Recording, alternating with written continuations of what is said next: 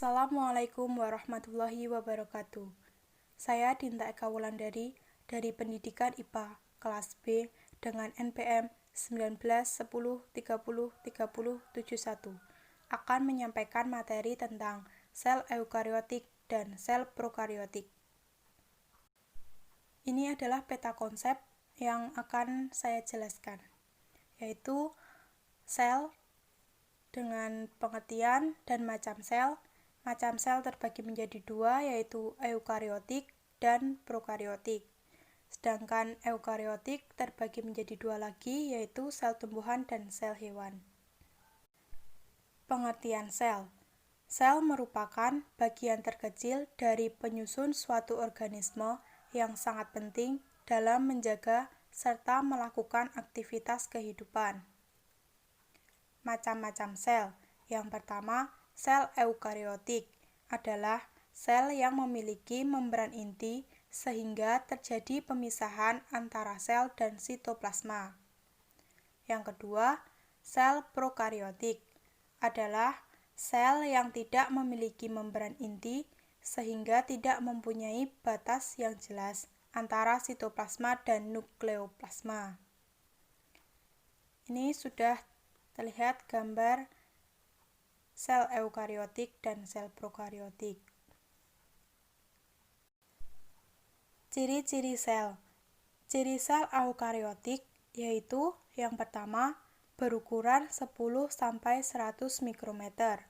Yang kedua, memiliki materi genetik berupa DNA yang dibungkus membran inti. Yang ketiga, memiliki protoplasma, yaitu kesatuan inti sel dan sitoplasma. Yang keempat, memiliki sejumlah organel yang masing-masing memiliki fungsi spesifik. Contoh dari sel eukariotik ini yaitu sel tumbuhan dan sel hewan. Ciri-ciri sel prokariotik.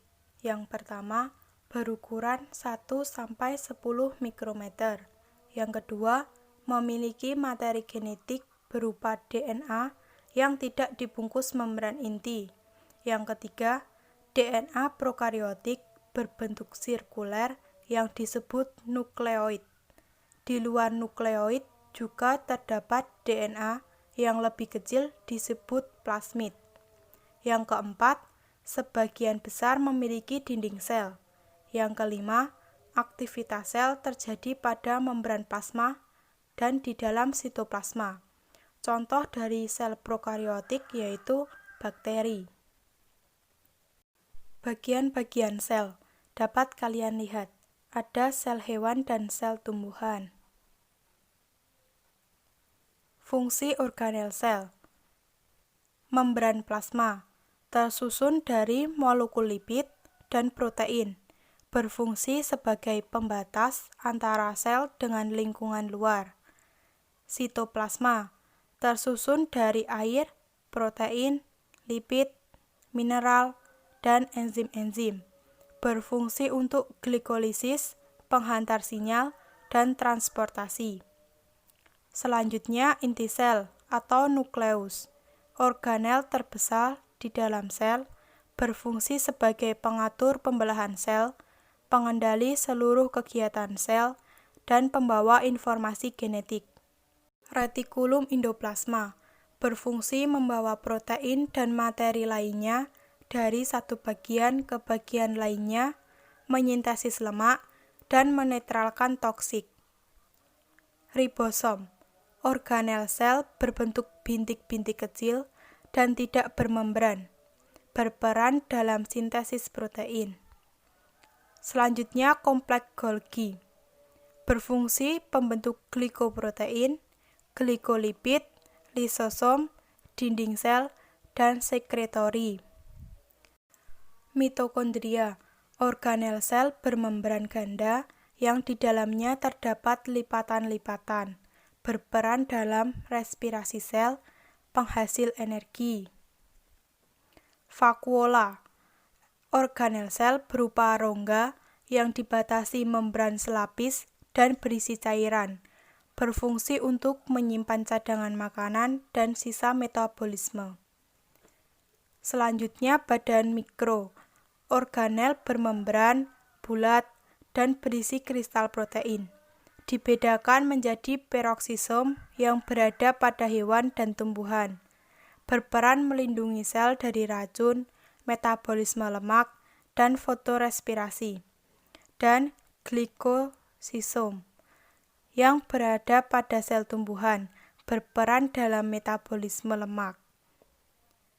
Selanjutnya lisosom, organel sel bermembran yang berbentuk kantong kecil, berperan dalam pencernaan intrasel dan hanya terdapat pada hewan. Sentriol, hanya terlihat ketika sel membelah dan berperan dalam pembelahan sel, hanya ada pada sel hewan. Selanjutnya plastida, organel sel yang berperan pada tumbuhan dan ganggang. Plastida berwarna atau kromoplas, contohnya kloroplas, paeoplas, dan rhodoplas yang berperan dalam fotosintesis. Dan plastida tidak berwarna atau leukoplas yang berperan menyimpan cadangan lemak, hanya ada dalam sel tumbuhan. Yang terakhir, dinding sel, bagian terluar dari sel tumbuhan yang tersusun atas selulosa, lignin, dan suberin. Dinding sel menyebabkan bentuk sel tetap. Sekian materi yang dapat saya sampaikan, kurang lebihnya mohon maaf dan terima kasih. Wassalamualaikum warahmatullahi wabarakatuh.